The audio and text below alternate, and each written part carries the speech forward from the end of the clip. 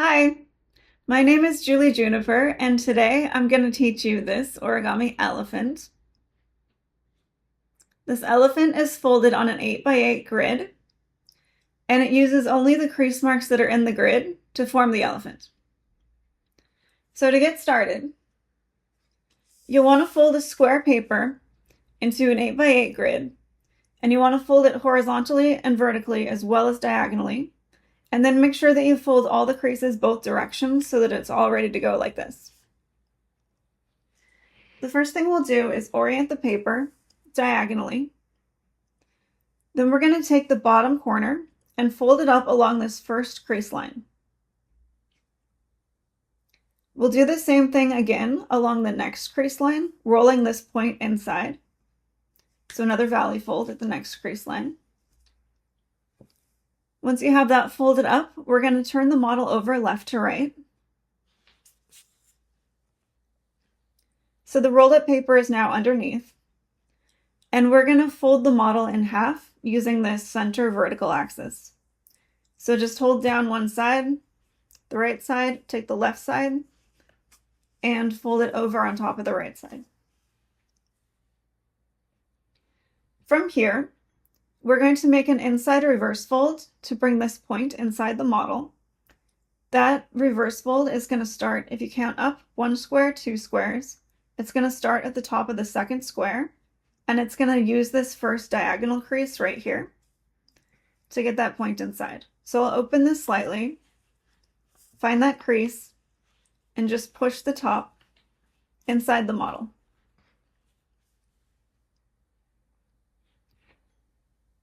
Now we're going to make a second inside reverse fold to bring the point back up.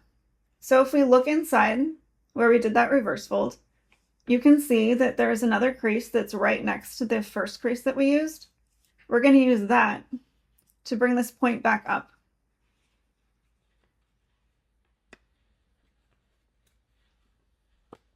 Like so. Now you'll have a point coming out the top of the model right here. Now we're going to open the model again along the center axis, and this time the center axis is going to start here at the tip and come down this line right here. So this paper is going to be extra.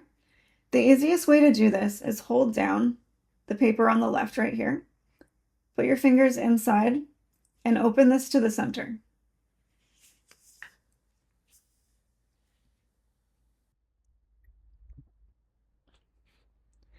Now you'll notice we have a square of paper up here that's going to be a little bit above the rest of the paper. It's a higher layer.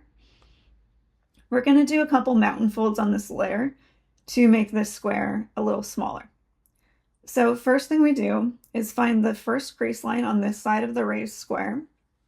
We're going to turn that into a mountain fold, and that's just going to look like pushing this edge underneath. When we do that, it'll bring in some paper here and cause a little swivel fold in this corner. So just push that underneath, and it'll swivel down in this corner. And now you'll have 2 peaks like this. We'll do the same thing in the other corner. So this one's a little trickier because now we have to resolve this point, but we're going to use this first crease line right here, and we're going to cause a mountain fold right there just by pushing this edge in along that pre-creased line. It's going to open some paper here and cause a little swivel fold. So push that paper underneath. And now you have a smaller square right here and a little bit of extra paper. That's fine. It can go to either side. So the next thing we're going to do is find the smaller square that we just made, and we're going to fold the tip of it down along the center line of the square. So just a little valley fold to bring that point down. Okay? And this can go either direction. So now what we're going to do is turn the model over left to right again. Make sure your layers don't come separated when you do this. Just flip it over. Now we're going to see that we have some extra paper right here. And we want to keep that paper pressed down to the right side. And we're going to, one more time, fold the model in half using this center axis right here. So hold the paper down on this side and just move all of the layers on top of the right side like that. Now you're going to have a little bit of trapped paper underneath right here, and we want to free that paper. So just lift it up a little bit and bring that point so that it comes free, like this.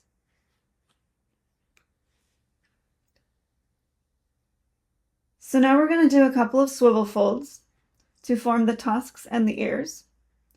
And I am going to, so we're going to work just on this top layer right here. If you look, there's 2 layers. And I'm going to put a piece of paper in between these 2 layers on my model, just so that you can see the top layer, because it can be a little confusing if you can see both layers. You don't have to do this on your model. So the first thing we're going to do is find this raised paper, and we'll find this first vertical crease right here. We want to make that a valley fold, and then the next crease that comes diagonally like this is going to be a mountain fold. So we'll bring the top layer over, and the easiest way is just to put my finger underneath where we're going to put this mountain fold and push it over. That will naturally pull some paper down along this crease right here. We want to push that down and make that a swivel fold. Now we'll have this shape. And I'll show that again. So opening that back up, this is going to be a valley fold. The next one's going to be a mountain fold. And we'll just push that paper over and allow this to swivel down.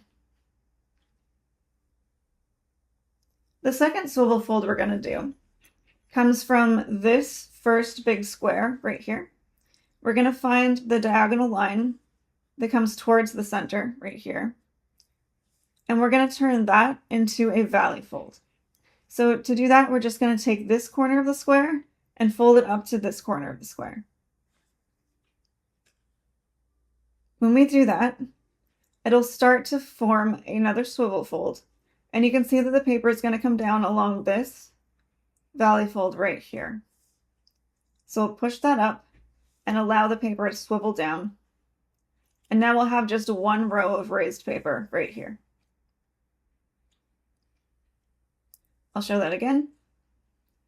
We're going to find this first square and fold it in half along this diagonal by bringing this corner up to the top and allowing this paper to swivel down. Nice. So there's just 1 more fold on this side. You're going to find this corner, and you're going to find the vertical crease that comes down from that corner all the way down. And we're going to engage that as a valley fold to bring this corner of the paper into here. So engage right there. And the corner will extend slightly past. So you'll have, if you did it correctly, you'll have a point right here. And that is that side of the elephant. I'm going to remove the paper now. So you can see that on yours, it's going to have still this square of paper behind. So let's flip the model over left to right. And we're going to do the same series of folds on this side.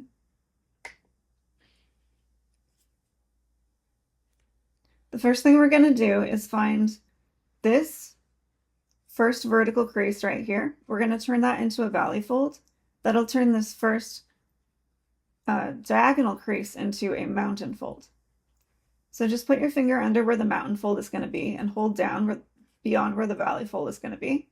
And we'll just push that over to cause a swivel fold. That's going to bring the paper down along this crease line. That forms the little tusk right here. We're going to do that second swivel fold. We'll find this first square right here. Find the diagonal that goes to the center. And we'll use that diagonal to fold this corner of this top square up to this corner. Like this. And that'll cause 1 row to come down on this side in a swivel fold.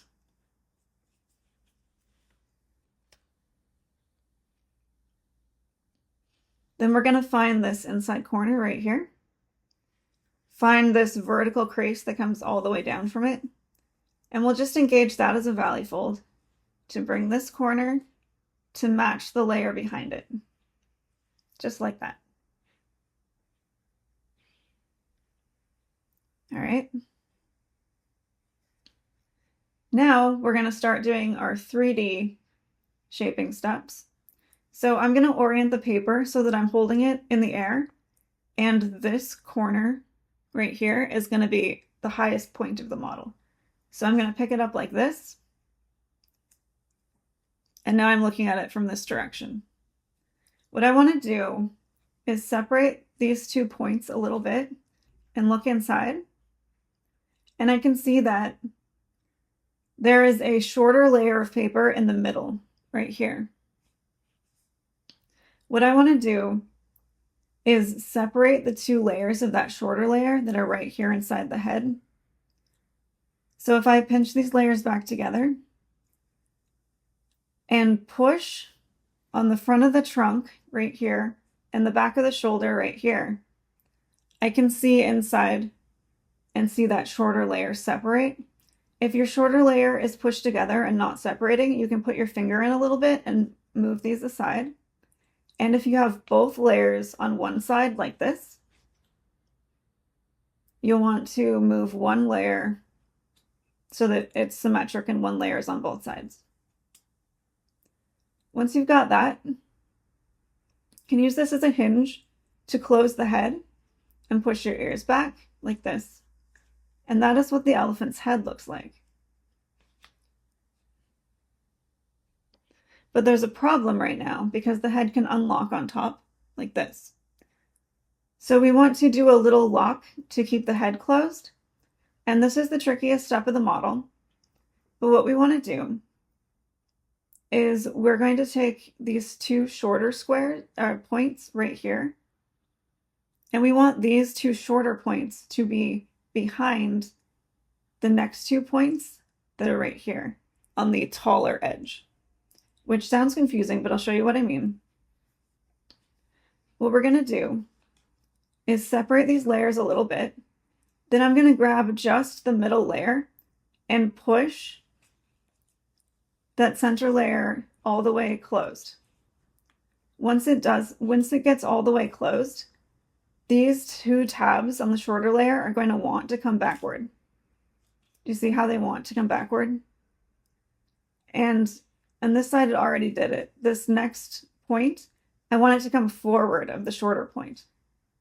So it's doing that naturally, and I'm going to help it on this side. I just move that point forward of the shorter point. And then I can close the elephant again, and that will lock the head so it doesn't open anymore. I will show that again. So the end result is that this small square right here is closed, and the corners come backwards towards the back of the elephant. And then the 2 mountain folds of the next layer, the tall layer, are going to come forward of those points. Like that.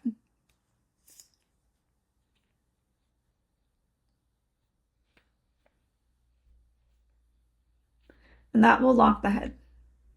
So we're almost done. We'll notice that the elephant doesn't have any back legs right now. So we're going to fix that. Let's take a look under just the first layer of the back of the elephant right here. There is some loose paper inside this layer. We're just going to find that loose paper and pull it out. If you just pull it out the way it naturally wants to pull towards the back, it'll make a point right here. You can flatten that.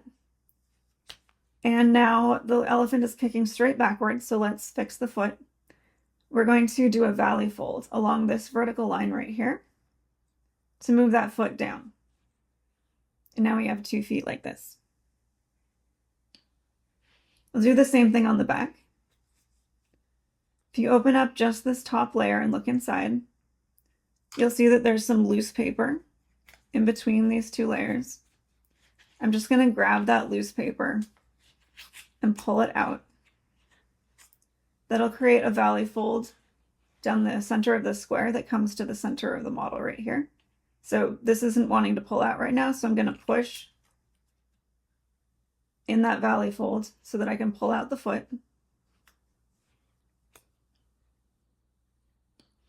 And then I use that same vertical crease right here to put the foot down. Now the elephant has 4 feet. And a little bit of shaping at the front of the elephant. We can take the tusks and push them away from the trunk a little bit. And then we can give the trunk a little bit of a curl, which gives the elephant some character and also helps hold the layers together because the front of the trunk is open.